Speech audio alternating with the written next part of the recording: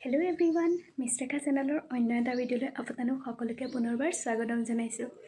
আজি এনেকুৱা এখন ঠাই দেখাবলৈ লৈছোঁ যিখন ঠাইত মই বিলীন হৈ গৈছিলোঁ আৰু সেই ঠাইখনৰ কিছু দৃশ্যাংশ আপোনালোককো দেখাবলৈ লৈছোঁ।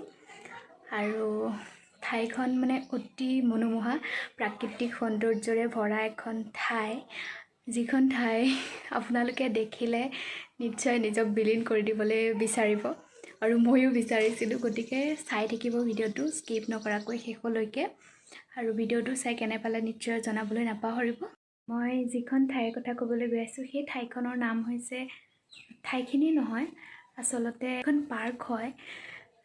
পাৰ্কখনৰ নাম হৈছে তুমপ্ৰেং আৰু এইখন হোজাই ডিষ্ট্ৰিক্টৰ পৰা কিছু নিলগত অৱস্থিত আৰু ডিষ্ট্ৰিক্ট কাৰ্বি আংলং পৰে।